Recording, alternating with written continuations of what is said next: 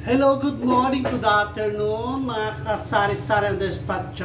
Today is Monday na naman po at December 1. Ayan. Kaya po hindi ako nakapag-vlog nung last week dahil ako ay may trangkaso. Hanggang ngayon inuubo pa rin ako.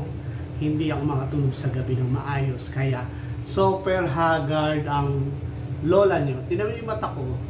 Mapula, hindi ako fresh. Ayan. Dahil po yan sa ubo sa gabi, hindi ako makatulog dahil i-change po ang weather dito sa amin sa gitnang silangan. Ayan mga kasari-sari ng Despatch, ay wala naman po akong gagawin pag day off at kailangan natin, dahil December 1 na, kailangan natin mag kaunting linis-linis. Ayan. Para matanggal yung mga alikabok. Ayan. Ito naman po ay nilinis na rin ng kasamahan ko. So, ako naman ay maglilinis pa rin ng konti. Ayan. At naglipat na po ang aking kasama, kaya ako ay wala nang kasama ngayon. Waiting lang ako sa mga tahilang na darating. Ang mga kasama ko. So, ayan. Ako po ay maglilinis ng aking kusina at saka magpupunas-punas ng aking mga cabinet. So, super kalat po at ako ay naglalaban na ngayon.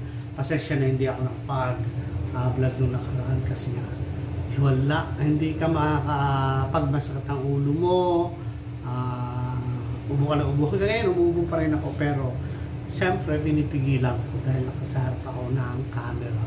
So ayan, kamusta po kayo dyan mga kasari-sari ng Despatch, saan man panig ng mundo. Anyway, nakikidalamhati ako sa mga nasunugan sa Hong Kong. Hong Kong ba? Ayan, sa Hong Kong yan. At ang ating mga, sa kabila ng mga negative ng mga nakaraan na news sa ating mga Pilipino kasamahan, mga kababayan natin na may mga hindi magandang balita para sa ating mga kapwa Pilipino, ay ngayon naman ay parang hindi naman sa dahil sa trahedya ay muling mga heroes ang mga domestic welfare natin. Ayan. Especially yung mga yaya. Ayan. Hanggang sa napakahirap na sitwasyon na hindi nila iniiwanan ang kanilang mga alaga. So, shout out po sa inyo. Ayan.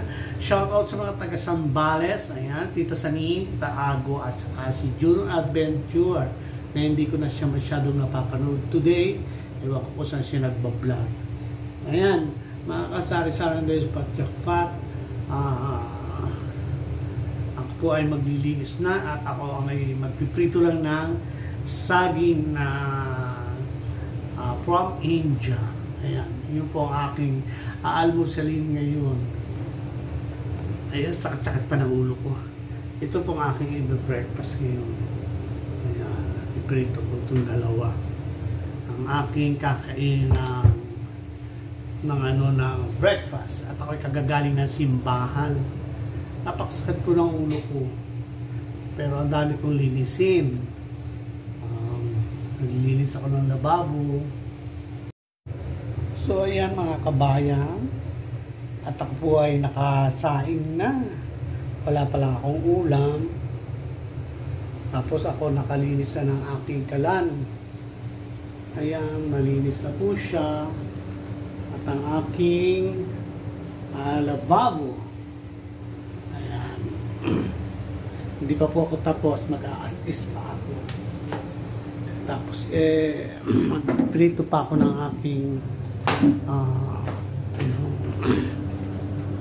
tapos ito, naglalaban na ang lola nyo.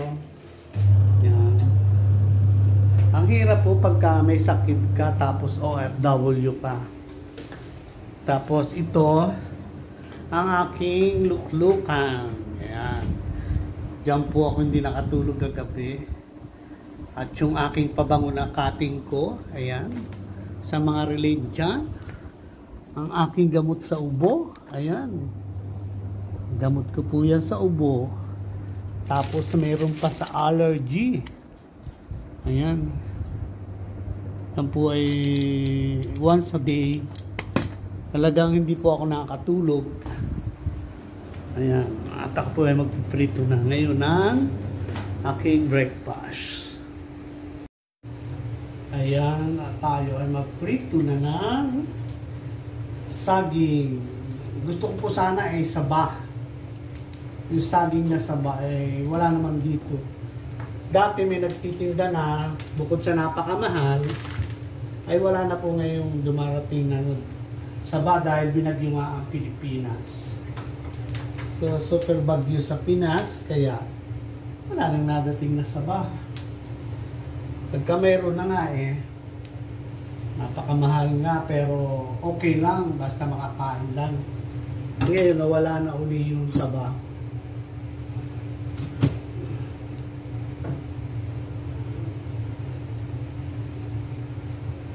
Yan lang po ang aking kakainin. Mamaya na ako magluluto ng may sabaw.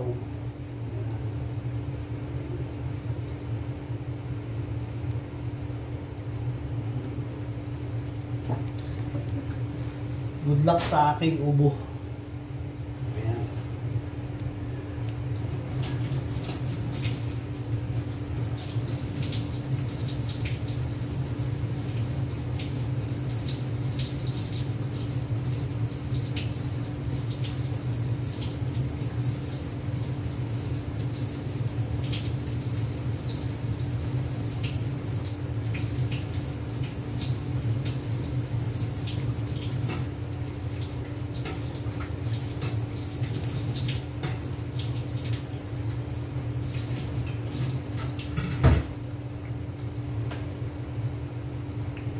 Update ko kayo mamaya.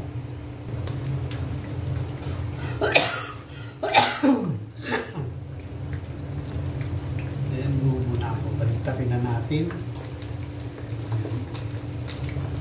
Ito po ang ating kakainin. Ngayon.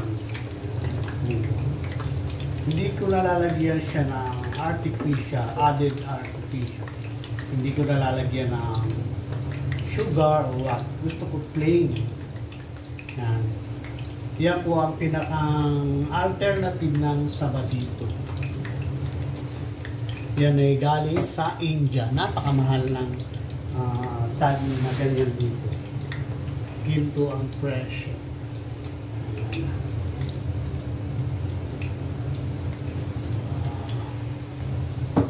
Pahunin na natin. Ay! Nasunog na siya.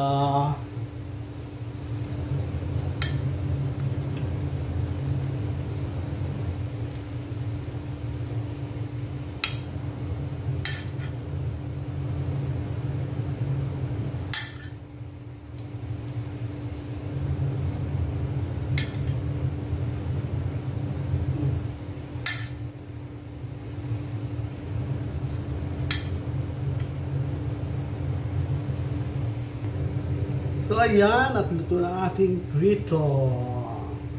Ayan. Yan lang po ang ating kakainin.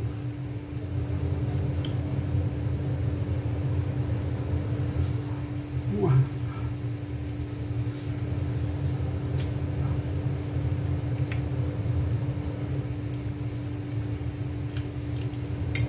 Natatawa ako sa sarili ko. Ganun talaga siguro pag natanda na. Masyado tayong aware sa ating mga kinakain. Kasi napakahirap po ng masama ang pakiramdam. Napakahirap po talaga pag yung hindi maganda yung pakiramdam, lalo sa gabi pagpatulog ka. Parang ang pinakamasarap na buhay kasi yung matutulog ka ng wala kang nararamdaman, talagang normal ka lang makakatulog. Ito 2 weeks, halos 2 weeks akong walang tulog. Kagabi siguro nakatulog naman ako mga 3 oras. Kasi kung pag matake yung allergy ng ubo, ayan, ubo ka na ng ubo, nakakatulog ka, pero gigisingin ka naman ng ubo. So diba, napaka-peste ng ubo na yan. Pero may mga injection naman ako ng anti-influenza, bukod pa yung injection ng COVID noon. may mga bagong injection na naman ako for protection. Pero ayan, nagkakaroon pa rin tayo ng mga ubo. Siguro normal lang naman yan. Pero medyo mapagaling na siya ngayon, kaya ako ay umaarte na naman. Oo, umaarte na naman po ako ng konti. Pagka walang sakit, medyo maarte.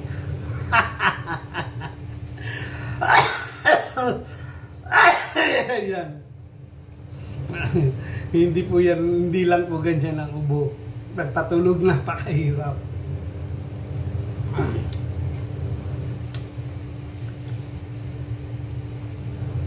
So yan na, kasari-sari ang despat jackpot.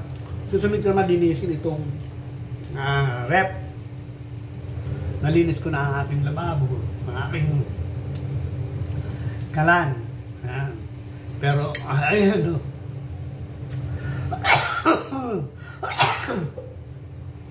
Nabutas ng pang-assist o. Ang hapde. Ayan. Nabutas siya ng steel wool.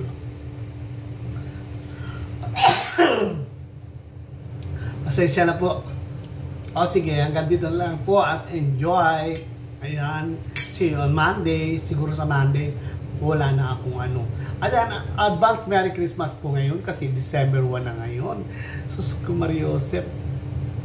Pasensya na sa mga hindi ko mapapapaskuhan. Talagang wala akong papapasku ngayon. Talagang poor na poor. Mariosep. Nandito na po ang aking vlog, mga kasala-sala ng despat jackpot ako. Maglilinis pa ako ng loob ng rep. Hindi ko mamalinit itong labas, yung loob na lang. Tapos, maglalaba pa rin ako. Ayan, see you on Monday. Salamat po sa panunood at salamat sa pangunawa. Kaya mga subscriber, ayan, salamat po sa pagtsatsaga. Ayan. God bless. Bye-bye.